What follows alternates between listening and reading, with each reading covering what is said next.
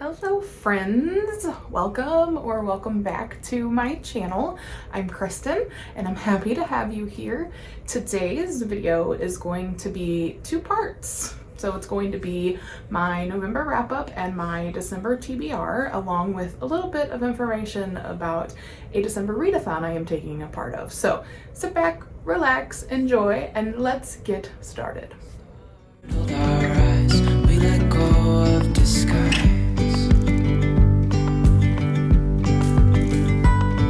And now there's something in the air. All right, so let's get started. We're gonna do the first part, which is my November wrap up. And so I read 9 books in the month of November, and I started off strong with The Woman in the Library by Silari Gentile. So this story follows 4 people who meet at the Boston Public Library and are brought together by the sound of a woman screaming, and so later that woman is found dead. It turns out that one of the 4 is has a bit of a past, a little bit of a history, and so the police start looking at this person as the possible killer. It flips back and forth between 2 perspectives. You've got the perspective of the story itself, and then you've got the perspective of somebody writing to the author of the story, as if the author is sharing chapters with someone and someone is writing to critique. And so as the book progresses, all of that also progresses. And so you get kind of this story within a story. And so it's actually really good. It was written really well, and between the 2 perspectives I gave it 4 stars, and it just it was appropriately edge of your seat, kind of creepy, really well written, and the parallels between the different perspectives were pretty unique. And so it's like watching the process of somebody writing a story, but you never hear the author's response to this person's letters. And so this person thinks they have a much bigger part in what's going on with the story than they really do. And some other things turn up. I can't really go into too much without, giving all kinds of fun spoilers. It is a really good book, and it's definitely should be on a list if it's something you're interested in. You never know what the truth is. You never know who is doing what. You never know. By the end, you don't even know who the killer really is. And so many twists and turns. If that's something that you're into in the thriller, there are a lot of twists and turns in this book. There are a lot of different finger pointing in this book. And yeah, the friendship dynamic between the group of 4 is really interesting. 2 of them are authors and 2 of them are students at, I think, Yale or Harvard. I can't remember. I think it's Harvard. Harvard's in Boston, right? Anyway, so that's pretty much it, and they're all really brought together because of a scream. Their friendship forms really quickly. Each of them is unique. Each of them has their own motives for being in the library that day and doing what they were doing, and so everything kind of comes out as things progress. Everybody's pointing fingers. It's a very intense kind of thriller, kind of sitting on the edge of your seat, not quite sure what comes next kind of thing. And it was a 4-star read. I really enjoyed it. The next book I read was A Wizard's Guide to Defensive Baking by T. King Fisher. I gave this book 4 stars. This is actually the book club book for November for the Fox and Wood Patreon that I am part of with Alexandra Roseland. And so I decided to just go ahead and read it and get it done. It is very cute. It's considered a young adult, but it reads more like a middle grade to me. It's very magical. It's very, I don't know, it's very cute. It was really cute.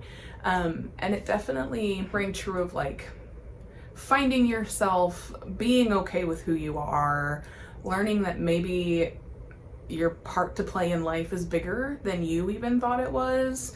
And family is a big part of this, wanting to get back to her family. So this book, I should probably start here. This book follows Mona, who is 14 years old and is a wizard, but her only powers is with baking. She can only put her powers into the things that she bakes at her aunt's bakery. She helps her aunt run her bakery.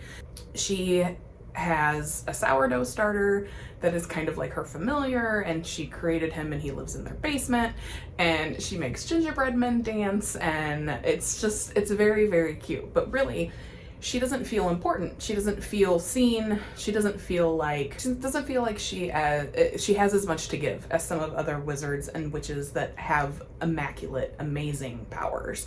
And so one day she comes into the bakery in order to open it and to be there for her aunt, and she finds a dead body. And immediately fingers are pointed at her, and she's like, I didn't do this. And so she's trying to find justice for herself, but it is also very clear that there are people out there that are going after the wizarding community. People have been dying, people have been disappearing, people have been leaving, and so it's pretty obvious that there are people out there that are trying to eradicate wizards out of the little town that they live in, which has never been the case. Like, there are other towns in this world where wizards are not accepted, and they have to like put their name down on paper, and they have to register with the town, and they have to do all this stuff so everybody knows that they're a wizard, and sometimes it's not a good thing. And so it hasn't been like that for Mona and her aunt, and so she's not sure what to do with that. There's a lot of family element, there's a lot of realizing your own potential element, there's a lot to this book. For being a young adult, middle grade kind of book, there's a lot to this book, and definitely a lot for a 14-year-old. It was really well written. T. Kingfisher has a way with words, and it's just the world building, the character development, the things that these people can do, the parts that had me laughing out loud. It was funny, it was brilliant, it was all of these things. And so I really enjoyed this book. And I'm really glad that I'm gonna have people to discuss it with. It's a nice, fun, fluffy, comfort, cozy kind of read. And so I was really glad I read it. So the next book I finished was actually a book that my husband picked for me, and it's The Ex-Hex by Erin Starling. This book follows Vivian, well, partly Vivian, partly Reese. So it flips perspectives.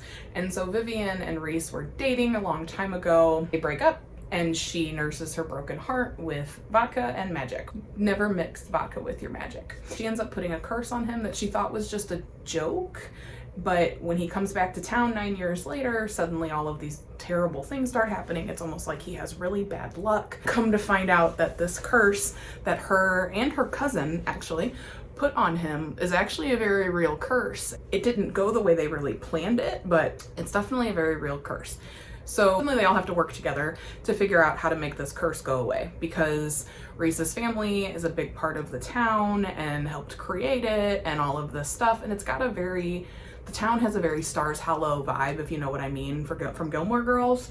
So it's a very small town, all kinds of craziness. It's very cute. But again, it was another 4-star read, but mostly just because I find that romance books like this are kind of predictable. Like, you know what's gonna happen. Like, you'd be silly to think that you didn't.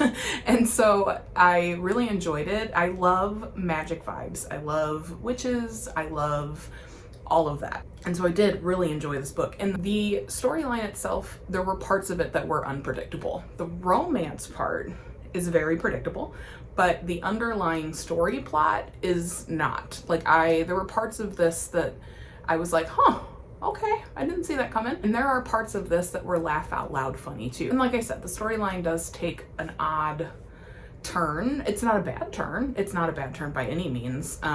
You start to kind of understand why Vivian's curse worked, even though it wasn't supposed to, and why Vivian seems to be stronger in her magic than what was initially believed. Like, she doesn't see herself having as much magic as other people. I'm sensing a theme here with me. You do find out that she's more powerful than she ever gave herself credit for. Same with Wizard Mona and the Wizard's Guide to Defensive Baking. All of these similar stories. And so it is a really cute romance. It is a contemporary romance. It is fun, it is fluffy. The romance, I said, is predictable, but there's an underlying story there that is actually really good, and it was really well written. You kind of immersed yourself in it, so it was fun. I will say it was fun. So the next book I read, you saw in a vlog, and I ranted about it. So it ended up being a 3-star read, and so it's Horrid by Katrina Leno. I wanted to like this book. I really wanted to like this book because I really loved the concept behind it, but there were aspects of this story that I just was like, I can't get behind that. So you're following Jane, a teenager who is moving from California to a house in Maine that her mother's mother owned, so her grandmother owned, but when grandma passed away, the house got moved down to her mom. So after dad dies, they moved to this house in Maine because it turns out that dad was doing some not so great things with their money, so they didn't have any money, and so they moved to this house in Maine. And mom starts helping get the house back together, getting it built up. But there's obviously something weird going on. Like, Jane keeps hearing voices. She keeps seeing people in the window. She's not sure if it's mental illness or if it's actual ghosts or what it is that's going on with her. And then as their time there progresses, her mom starts acting really weird. And you can tell that mom has kept something from Jane, and you're just not quite sure what it is. And there's just so much going on. There are so many moving pieces to this story, and the ending just left something to be desired. I did really want to like this book, and I did to an extent. It had the creep factor I was looking for. It had that thriller horror. If you like horror books, this would be a book for you. I felt like there were so hard to do this without going into spoilers. The writing was good. It did have that creep factor. It did have that horror factor that kept me on the edge of my seat and really kept me reading just because I needed to know what was going on. Like, I needed to know. I needed the closure of what was going on in this book. And then I read the ending, and I hated it. I hated the ending. And I don't usually say that about books, but I hated the ending of this book. And it just kind of soured the rest of my experience with it. So again, if you like horror, if you like kind of more ambiguous kind of endings, if you're more into, I don't even know, it was just, if you're into the strange, if you're into not knowing quite like what's really going on or who or what or any of those things, then this is the book for you. So the next book I read is actually The Nature of Witches by Rachel Griffin, and this one is a 5-star read.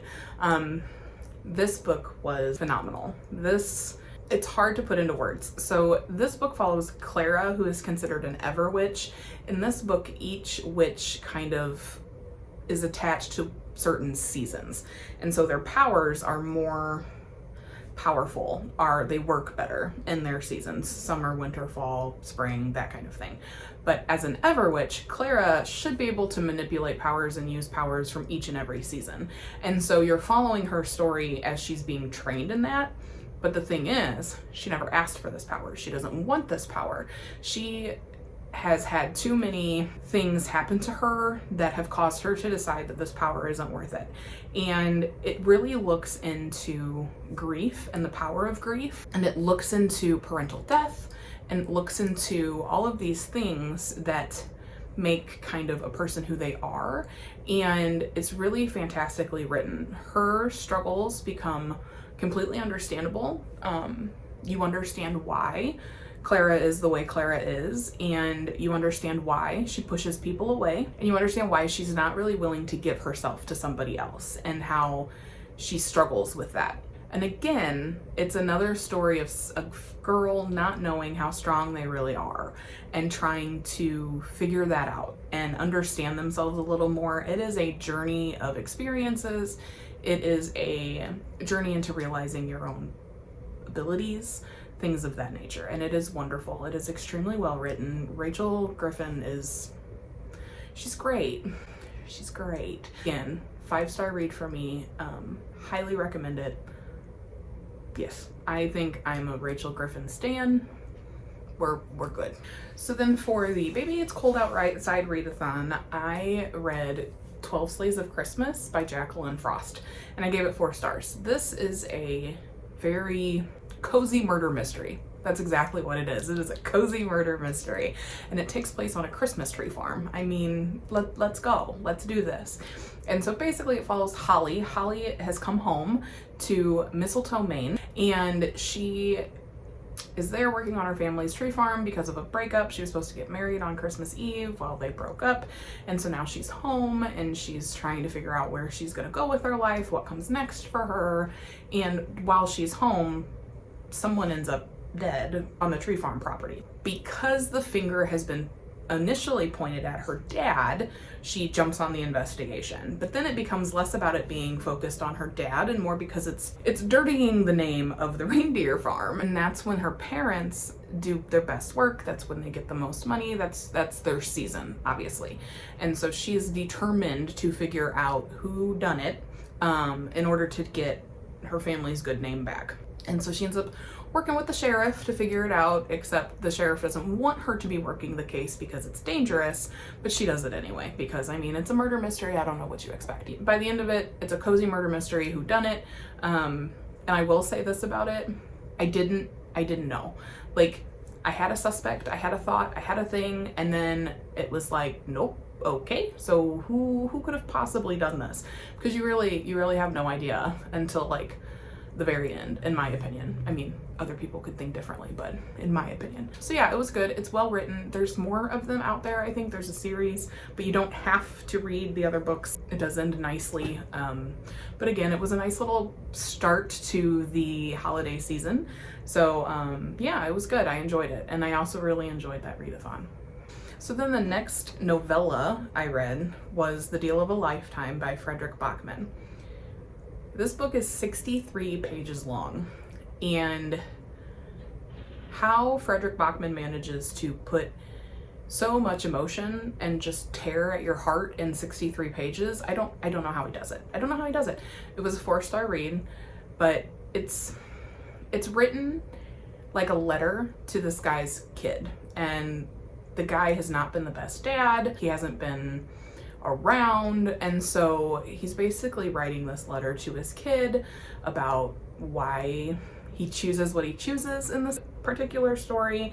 And it's Christmas Eve, and so you're just you're following this guy's story and why he ends up doing what he does. And so you find out that dad's sick, really sick, and he's in the hospital, and all of these things are going on, and he's tried to reach out to his son, and his son has tried, and all of this kind of stuff, but it's just never been great. It's never been good, because the dad always thought that what he was doing by living his life, making money, becoming this famous person is what was best for his son. And so he stays away.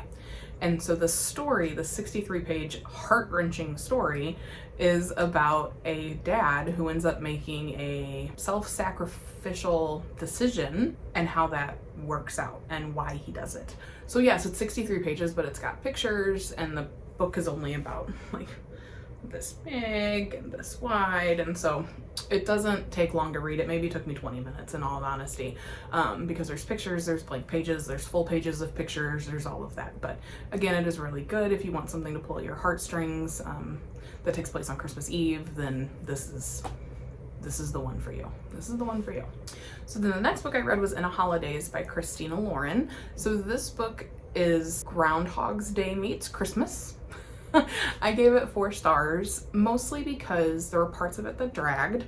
And again, this was actually a romance that it wasn't completely predictable. It should have been. It 100% should have been, but it wasn't necessarily the most predictable romance I've ever read. But it did drag at certain places. But if you want Christmas spirit, this is the book for you. It's full of it. You get sleighs, you get snowball fights, you get snowmen, not even snowmen, snow beasts, like you get cocoa, you get cookies, you get all of that. And it's kind of got a found family vibe as well, because they're all in this cabin in Ohio that she's gone to her entire life. So Malin is your main character. Malin is who you're following. Malin has gone to this cabin in the woods for holidays her entire life because her parents went to college with the other adults. And so it's a group of people that have had kids on their own, and now it's just this tradition that has keep happening, and they keep doing it. And it's all planned out to a T. And so what ends up happening is Malin makes some bad decisions, and the date they leave, they end up in a car accident, and when she wakes up, she's back on the plane on her way to Ohio to start the holiday season all over again. And that happens at least 3 more times throughout the book. And so it's a Groundhog Day until she can figure out what makes her happy or what happiness would look like for her. She's stuck in this time loop and she's destined to die over and over again until she can figure out what makes her happy and what that looks like. And so she takes it upon herself to like make it worthwhile. It's Christmassy, it's got Christmas trees, it's got Christmas lights, it's got Main Street shopping, it's got everything you would want in a Christmas book. And so it was very cute. It was very well written. It is a lot of fun. It is packed full of Yuletide cheer. And so yeah, it was a good time. I had a good time with this one. This one was a good one to read after FREDRIK BACKMAN ripped my heart out. So what are you gonna do? Again. So the last book I read for November is Wild as the Witch, and it is also by Rachel Griffin. I picked this one up because I really loved the nature of witches, and I had heard wonderful things about this book as well, and the reviews were not wrong. This book was also very, very good, and also another very interesting take on witches and their powers and what draws their powers and how their powers work and whether or not their powers can be transferred to somebody else. So it is very interesting. So this book follows Iris, and she had an issue with a friend who made a wrong decision and a wrong choice, and she was put on trial for it by the Witches' Council. But the Witches' Council had seen that she didn't do anything wrong and she was free to go about her life. And it just kind of went downhill because witches aren't always accepted everywhere they go. And I see that theme in books a lot, like something different, something abnormal, something not the same as everybody else usually goes hand in hand with not being accepted. And so that's what this is. They aren't always accepted. Some places they are, but where she was at the time, she became extremely unaccepted because of what happened with her friend. And I don't want to give that away because it's the kickoff to the story. And so friend makes a bad decision. Iris is forced to deal with the decision that her friend made and feel the guilt behind it. In their hometown where all of this went down, she's suddenly shunned.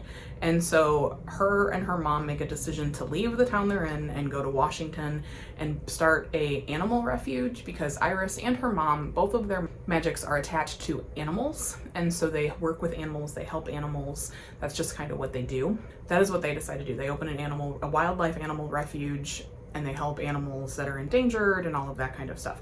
Their dad decides not to come. And so Iris is left wondering like a lot about her relationship with her father and what she meant to her father.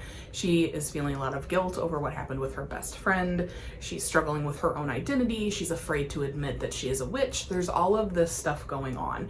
And so a ritual that her grandmother had taught her was to give it back to the earth. Basically, therapists have taught us in the past that if you write a letter to somebody who has hurt you or harmed you in some way, and then burn it, it's cathartic and you'll feel better. But you're not supposed to send the letter, obviously. So that's basically what this is. She is taught to find herbs and write a curse and bind the curse to the herbs and then to plant the herbs. And that way she feels better, the stress is gone, all of that. And so she's been doing that, but things kind of go awry when a particular intern, his name is Pike, is giving her a really hard time, has always given her a really hard time. They just don't seem to get along. And you find out that he is not a fan of witches. And so she becomes scared, she becomes frightened.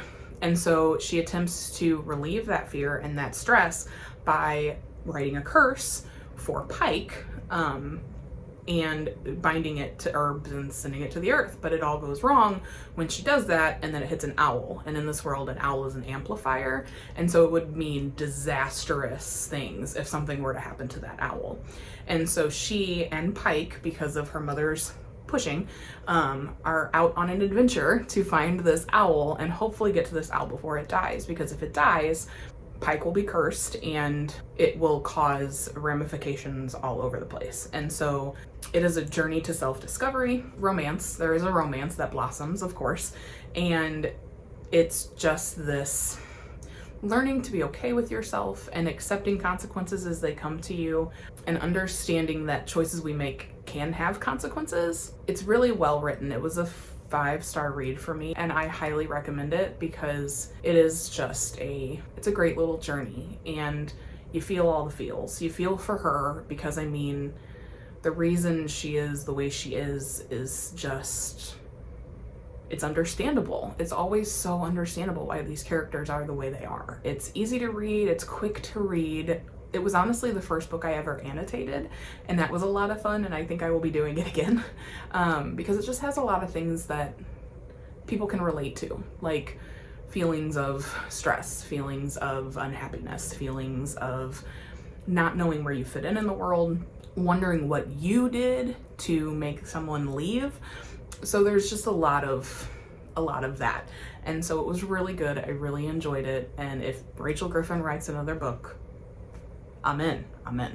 So that wraps up my November wrap up. The only two books I did not get to read in November was Murder for Christmas and Nick and Noelle's Christmas playlist. So I have added Nick and Noelle's Christmas playlist to my December TBR, and then I think I'm just gonna let Murder for Christmas go, because if I get a chance to read it, I will. But for now, we're just gonna let it go. Let it go, let it go. So that's my November wrap up. Our next portion is my December TBR, and along with a discussion of a readathon I will be doing.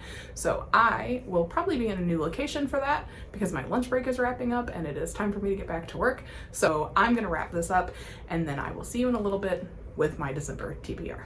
It's cold outside, but the fire keeps us warm. Hey guys, welcome to part 2 of this video. Welcome to the change of scenery and the change of outfit. I figure we're talking December and Christmas, so I figured fragile. If you don't know what this is from, it's from A Christmas Story, and it's definitely a movie you should look up. It's very, very funny. So I figured I would just go through my December TBR and show you what I plan on reading, and then at the end I'll talk a little bit about the readathon that I'm participating in and what out of those books are specifically for that readathon. And so let's go ahead and get started. So the first book that I am reading, I've already started. So I'm only like 2 chapters in. So I've kind of taken a break the last couple days from reading. And it's The Holiday Swap. This is by Maggie Knox. And so this book follows chef Charlie Goodwin, who gets hit on the head on an LA set of her reality baking show, and she loses her critical ability to taste and smell. Meanwhile, Charlie's identical twin, Cass, is frantically trying to hold her own life together back in their quaint mountain hometown while running the family's bakery and dealing with the breakup that just won't end. With only days until Christmas, a desperate Charlie and Cass do something they haven't done since they were kids. They switch places. But when rugged firefighter Jake Greenman and gorgeous physician assistant Miguel Rodriguez are thrown into the mix, will the twins' identity swap be a recipe for disaster or for getting their lives back on track? So this reminds me a lot of The Parent Trap or The Holiday, those movies. This says it's like Gilmore Girls meets The Parent Trap meets Cake Wars. So all 3 things of which I enjoy. So here's hoping. So far what I have read, it is cute, it is fluffy, it is Christmas cheer. So it's exactly kind of what I wanted for now. So the next book on my list is A Merry Little Meet Cute. I am so excited to read this book. I have heard wonderful things about it. It has been everywhere. It has been on every page I've been on. A bunch of booktubers are reading it. So I'm very, very excited. So this book follows B, also Bianca Von Honey, has a successful career as a plus-size adult film star. With a huge following and 2 supportive moms, she couldn't ask for more. But when her favorite producer casts her to star in a Christmas movie he's making for the squeaky clean Hope Channel, Bee's career is about to take a more family-friendly direction. Forced to keep her work as Bianca under wraps, Bee quickly learns this is a task a lot easier said than done.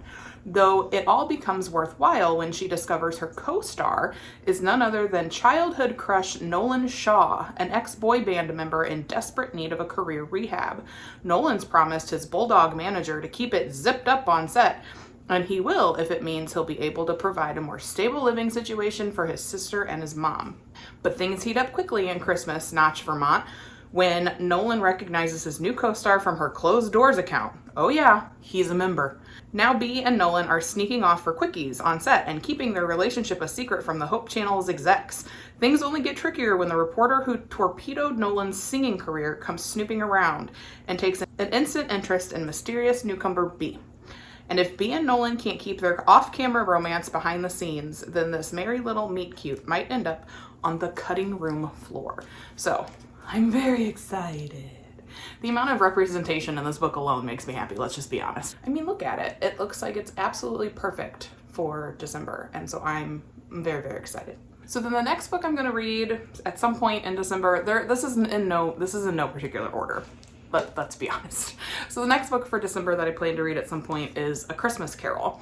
I've seen this adapted for screen. I have seen this adapted for stage. I have seen every version of this that you possibly could imagine, but I've never actually read it. I'm very excited to actually read this. For those of you who don't know, this follows Scrooge. Scrooge is the bah humbug of bah humbugs. He does not like Christmas. He is never in the Christmas spirit. He is wealthy and well off, and he never shares the wealth. So on Christmas Eve, Marley, his ex-partner who has passed on in life, his partner in his business, comes to see him and basically tells him that if he doesn't change his ways, he's determined for purgatory, he's determined for hell, and it's not pretty. During that Christmas Eve, the ghosts of Christmas past, present, and future come and they show Scrooge what's going on and what could be and how it could turn out, and with the hopes of changing his outlook. So that is A Christmas Carol by Charles Dickens. So then another book on my TBR for December is A Very Merry Bromance by Lyssa Kay Adams. So this is actually like a series of little standalone books, and this is the first one that I saw, but I do have the other ones on my wish list. I believe it is a group of men that are in a book club, and each book follows one of their perspectives, and so this book is about Colton Wheeler. And so it says, country music's golden boy Colton Wheeler felt the most perfect harmony when he was with Gretchen Winthrop, but for her, it was a love him and leave him situation. A year later, Colton is struggling to push his music forward in a new direction. If it wasn't about to be the most magical time of the year, and if not for the support of the Bromance Book Club, he'd be wallowing in self-pity. It's hard for immigration attorney Gretchen not to feel a little Scrooge-ish about the excess of Christmas when her clients are scrambling to afford their rent. So when her estranged wealthy family reaches out with an offer that will allow her to better serve the community, she's unable to say no. She just needs to convince Colton to be the new face of her family's whiskey brand. No big deal. Colton agrees to consider Gretchen's offer in exchange for 3 dates before Christmas. With the help of the Bromance Book Club, Colton throws himself into the task of proving to her there's a spark between them, but Gretchen and Colton will both need to overcome the ghosts of Christmas past to build a future together. I'm excited. I've also seen this one, like, all over the place. So if I really enjoy this one, I really want to try to read the other ones too. If you've read this or read one of them, will you let me know down below how they are? I hope they're wonderful. So then another book that I plan on reading is a little, it's not Christmassy, but it's set in winter. And it's one that's been on my list for a really long time. And I finally was like, you know what? I'm gonna do it. Let's get to it.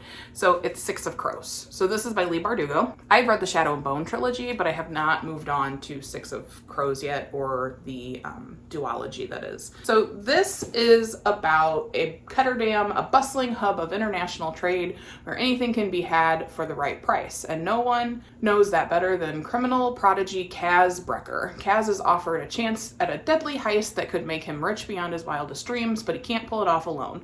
A convict with a thirst for revenge, a sharpshooter who can't walk away from a wager, a runaway with a privileged past, a spy known as the Wraith, a heart-renderer who using her magic to survive the slums, a thief with a gift for unlikely escapes. Kaz's crew are the only ones who might stand between the world and destruction if they don't kill each other first. So I've heard that this is better than the Shadow and Bone trilogy, and I only kind of liked the Shadow and Bone trilogy. It was good, but I'm really hoping that this is better. I've heard that it's got that found family aspect. I really like a good found family, and so I'm really excited to dive into this as well, and to then hopefully get Crooked Kingdom so that I can have the whole duology set. So another book that I plan to read this year is actually a movie I watched last year for the very first time, and it's based off of this book, and I really like this author, so I'm gonna give it a go.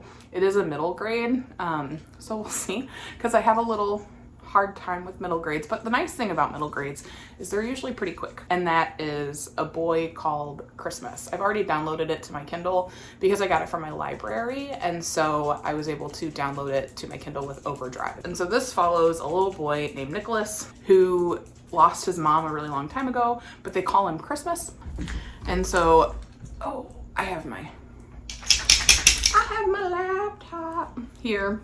I have my laptop because I don't always remember the synopsis of books as well as I should. So this one follows Nicholas. 11-year-old Nicholas named Christmas has received only one toy in his life, a doll carved out of a turnip, but he's happy with his turnip doll because it came from his parents who love him.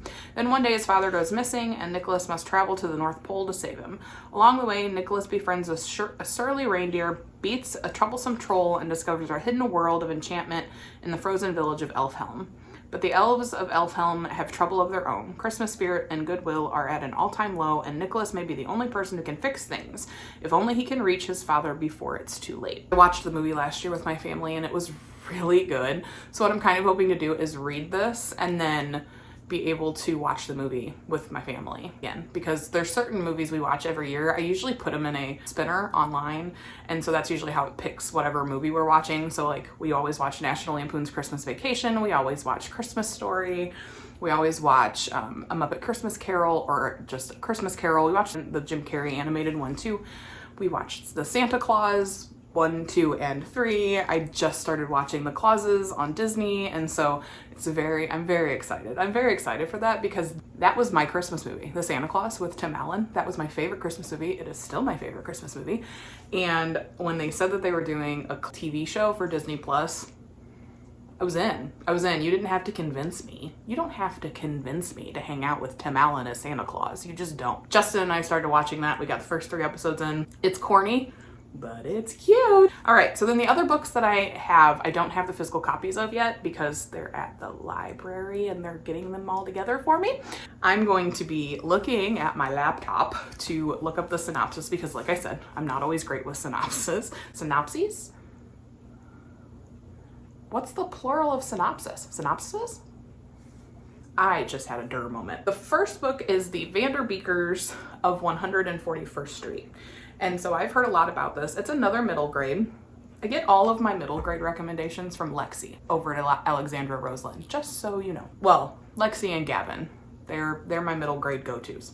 And so the Vanderbeekers have always lived in the brownstone on 141st Street. It's practically another member of the family. So when their reclusive, curmudgeonly landlord decides not to renew their lease, the 5 siblings have 11 days to do whatever it takes to stay in their beloved home and convince the dreaded Beardman just how wonderful they are. And all is fair in love and war when it comes to keeping their home. And it is a series, but this is the first one in a series, and I think they're kind of standalones. So I guess I will find out, but I'm very excited to read this. I've heard wonderful things about this, and I think it's going to be pretty great. And it is written by Karina Jan Glasser. Oh, and The Boy Called Christmas is written by Matt Haig. I don't know if I said that. Okay, so the next book on my list is The 12 Dates of Christmas. So The 12 Dates of Christmas is written by Ginny Bayliss, and it says, when it comes to relationships, 34-year-old Kate Turner is ready to say bah humbug.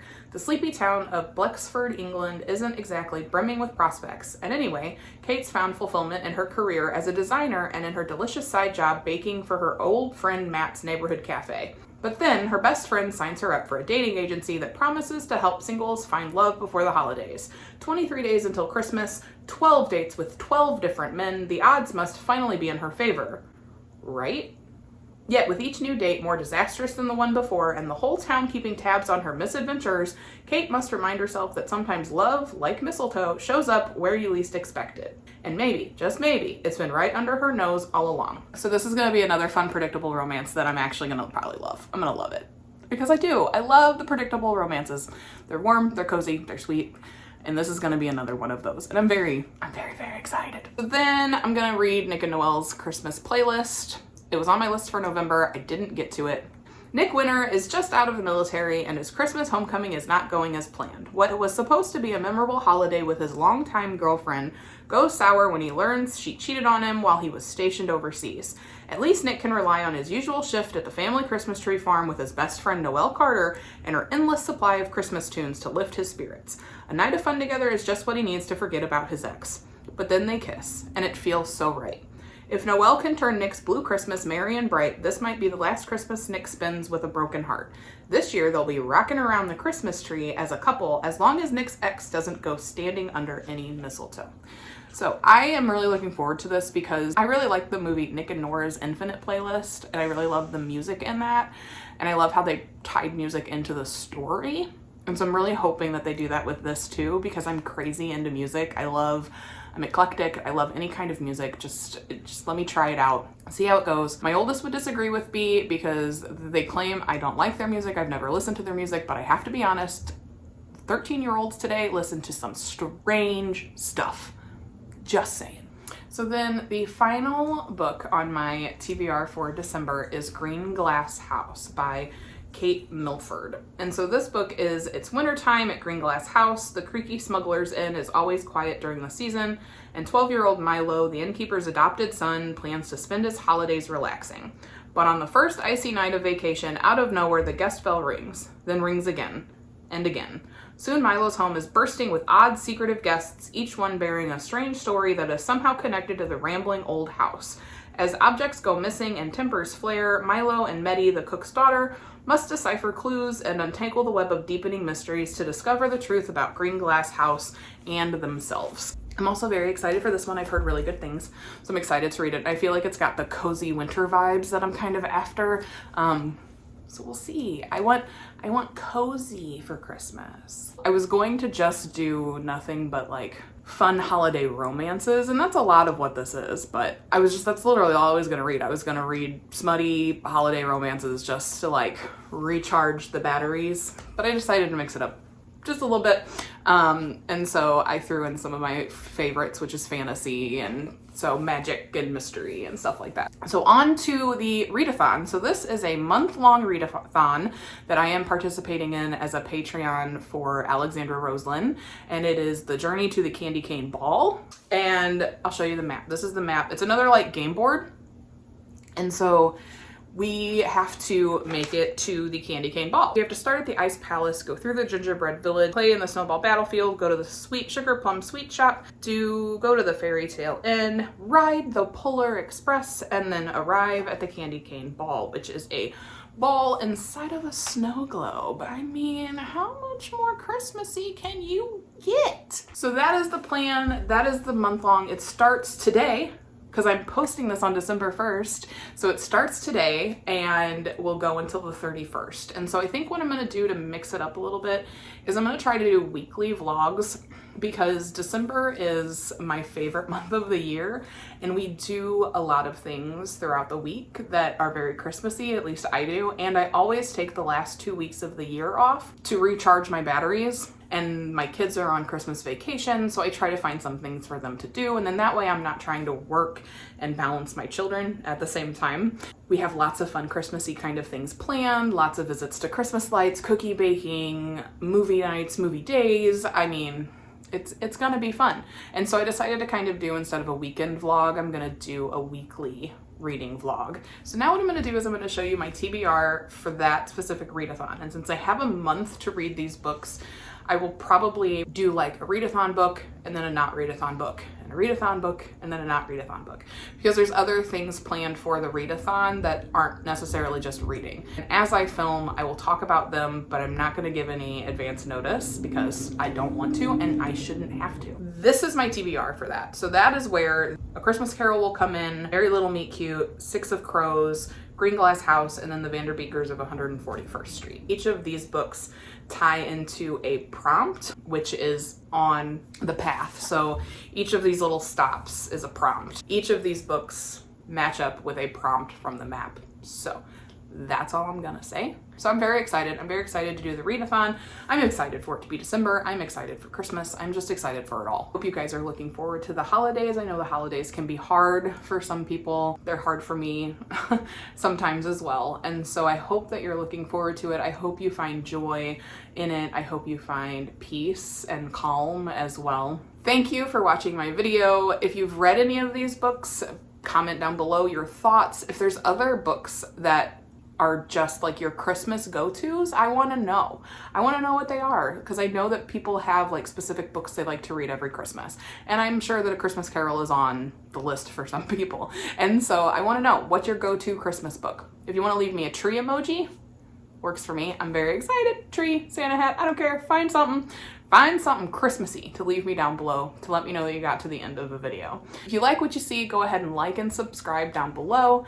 Have a great day, have a great night, have a great week. I hope it's wonderful. Live, love, and read lots of books, and I will see you next time. Bye. We can spend the night underneath the mistletoe, and I've gotten you a present that